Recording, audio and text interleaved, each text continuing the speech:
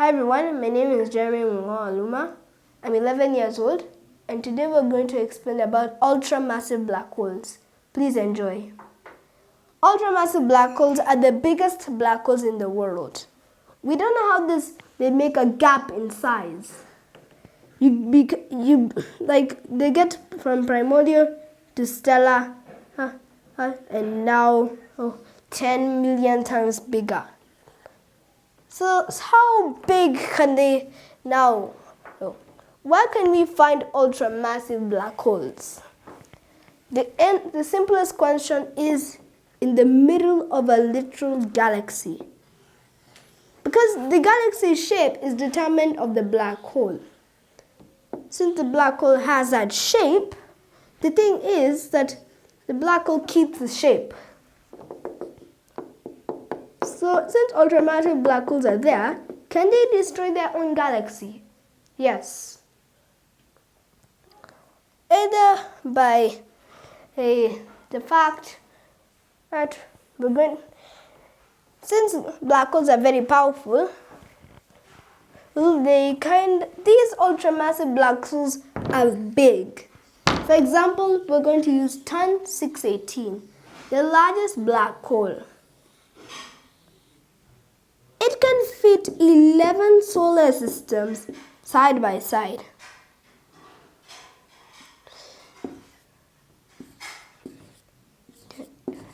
Since it can fit 11 solar systems side by side, it's kind of like since it's so big, even the sun comparison looks like a grain of dust towards it. Even Stephenson 218 will look like the size of a grape. So since ultramassive black holes are very big, how can their creation be? And how can they be created in the first place? So we're going to go backwards in time in the universe. Backwards. From the beginning to the end. So we're going to jump 5 million years ago. 5 bazillion years ago. This is where we have stars such as quasar stars. Not like those clumps in the universe that were a long time ago. These stars are different from the stars. They are so large, in fact, Stephenson 218 is a grain of dust. So how can they create black holes? You see, as a star doesn't die, it kind of makes a black hole in the center. As it grows and grows, there's a deadly balance emerges.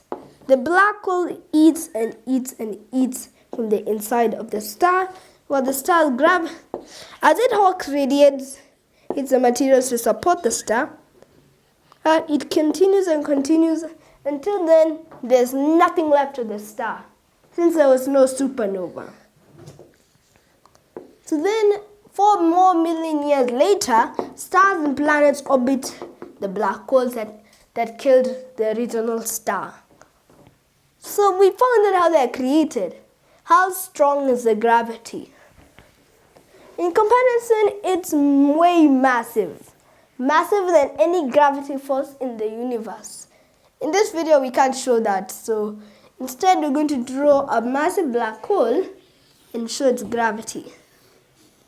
Its gravity is so massive, if it can pull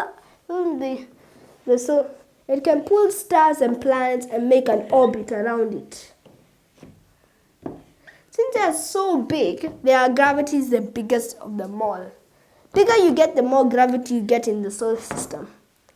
And then the gravity squeeze. As a black hole has a massive gravity, it has an inward force that's also massive.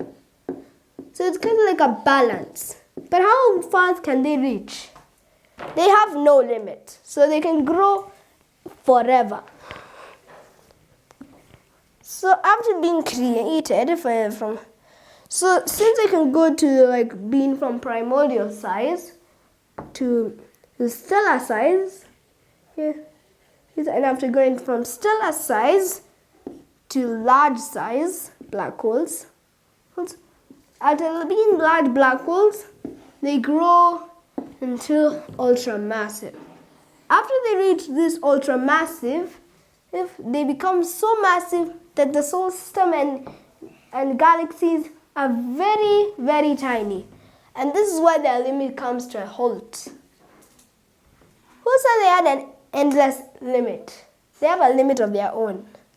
They can grow up to ultramassive, where they are bigger than galaxies and solar systems, up to 1,000 gazillion size of the galaxy.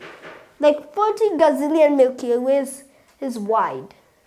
When it reaches that side, the black hole starts Hawking radiating in a big explosion. The big explosion in the universe. We have a handful of these explosions that maybe created this. So how come this happened? The largest super black hole we have is TAN 618. One day, it will create the biggest explosion in the universe, able to destroy everything in its way.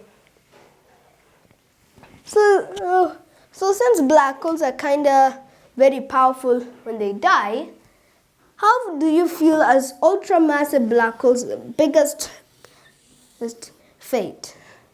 Until it reaches 2,000 kilometers or 2,150 gazillion size, it's now bigger than any galaxy in the universe.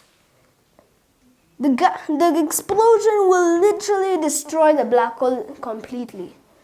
First, it's its ogosphere. Second, it's accretion disk. And third, the black hole itself breaks. After the explosion dies down, we're left with a black, dark, empty patch that can't be fixed. So, if you enjoyed this video, please like and subscribe. Yeah.